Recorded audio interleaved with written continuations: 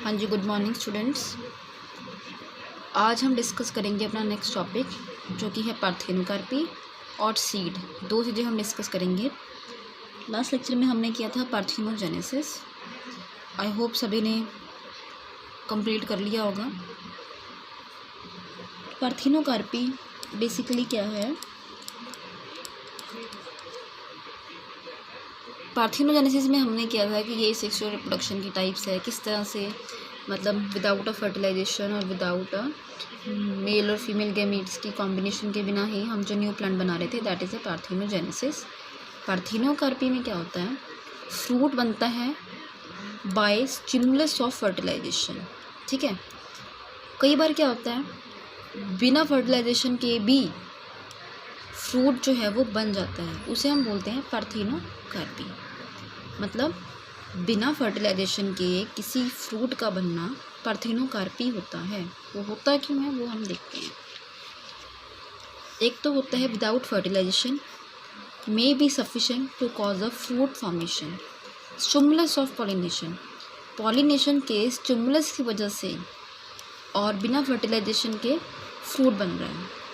ठीक है, या फिर induced by the hormones. Induced by hormones को हम कह सकते हैं कि एक आर्टिफिशियल मेथड भी है। अगर हम जो हार्मोन जो है वो फ्रूट बनने के टाइम पे प्रोड्यूस होते हैं, वो अगर हम उसमें इंजेक्ट करें, ठीक है, तो क्या हो सकता है, बिना फर्टिलाइजेशन के ही क्या हो सकता है, न्यू प्लांट की जो है वो डेवलपमेंट हो सकती है।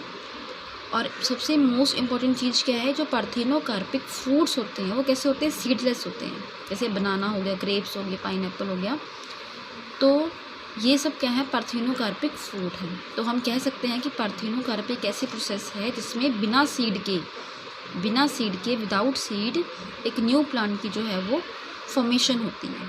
ठीक है, सीडलेस होते हैं ये। तो that is the main difference. तो आपने क्या करना है, आपको पार्थेनोजेनेसिस और पार्थेनोकार्पी दोनों में जो डिफरेंस है वो अपने से लाइन लगा के करने हैं, ताकि आने वाले टाइम में आप इन दोनों में कंफ्यूज ना हो। ठीक है, उसमें किस तरह से हो रही है फॉर्मेशन वो भी आपको पता होना चाहिए, और पार्थेनोकार्पी में किस तरह से हो रही है वो आपको पता होना चाहिए। फिर हमने करना है सीड। सीड क्या है? Ripen fertilised ovule. राइपन का मतलब होता है मैच्योर। जो ओव्यूल है वो फर्टिलाइज हो चुका है और मैच्योर हो चुका है, उसे हम बोलते हैं सीड। इसके अंदर एम्ब्रियोनिक प्लांट जो होता है वो प्रेजेंट है, रिजर्व फूड प्रेजेंट है और प्रोटेक्टिव कोट प्रेजेंट है।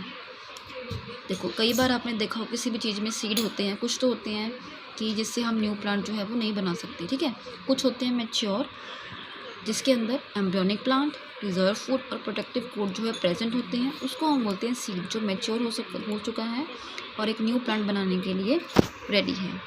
New generation start with the formation of a seed. अगर सीड की डेवलपमेंट होगी तो न्यू प्लांट जो है वो भी डेवलपमेंट, उसकी भी जनरेशन स्टार्ट होगी। जो एम्ब्रियो होगी सीड के अंदर, वो किससे बनी होगी?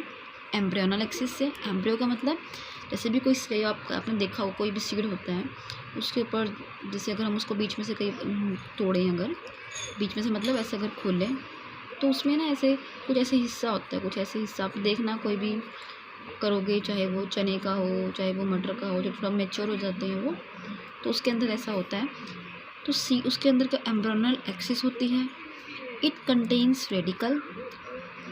ये हम सीड की बात कर रहे हैं। सीड को अगर हम ओपन करके देखें तो उसके अंदर रेडिकल और प्लूम्यूल दोनों चीज़ें प्रेजेंट हैं। रेडिकल क्या है? एम्ब्रियोनिक रूट है।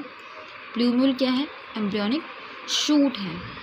ठीक है, उसके बाद कॉटिलिडन्स ऑलरेडी आपको पता ही है, किसी में 1 प्रेजेंट है और किसी में 2 प्रेजेंट है, और इन्हें हम कॉटिलिडन्स को हम एम्ब्रियोनिक लीव्स भी बोलते हैं, जो कि नरिशमेंट का काम करते हैं, जिससे पूरी न्यूट्रिशन लेता है।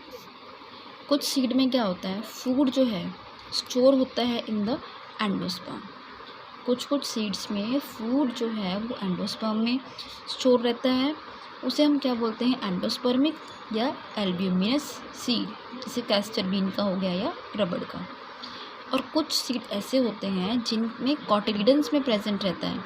अभी तक तो आपने यही पढ़ा है ना कि कॉटिलिडन्स में फूड जो है वो स्टोर रहेगा, वहाँ से वो अपनी न्यूट्रिशन लेगा। मतलब एंडोस्पर्म के बारे में आपने +1 में नहीं पढ़ा था, पढ़ा था लेकिन आपने इतना डिटेल में वो नहीं किया था। आपने मेन चीज़ क्या की थी कि कॉटिलिडन्स, मोनोकोट, डाइकोट इन दोनों के डिफरेंस में आपने ये किया था कि उसमें 1 मोनोकोट है, इसमें 2 मोनोकोट, 1 कॉटिलिडन्स है और इसमें 2 कॉटिलिडन्स हैं। और जो कॉटिलिडन का बेसिकली काम क्या है, न्यूट्रिशन देना, ठीक है। तो क्या होता है, आपने ये चीज़ ऐड करनी है।